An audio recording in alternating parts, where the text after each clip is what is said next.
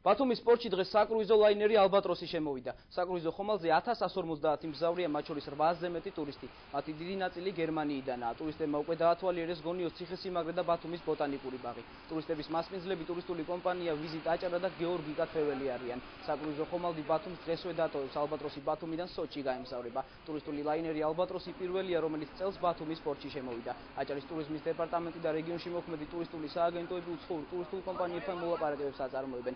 ტურისტული სეზონის განმავლობაში ბათუმში კიდევ რამდენიმე საკრუიზო ხომალდის შემოსვლაა დაგეგმილი. გემზე არის 800 ტურისტი, ეკიპაჟის ჩათვლით გემზე 1400-მდე მგზავრია.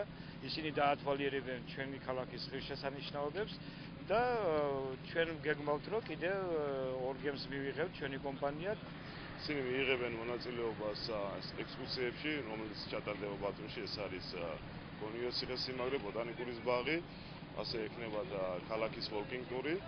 მიუხედავად ამინდის დასწრება ძალიან დიდია.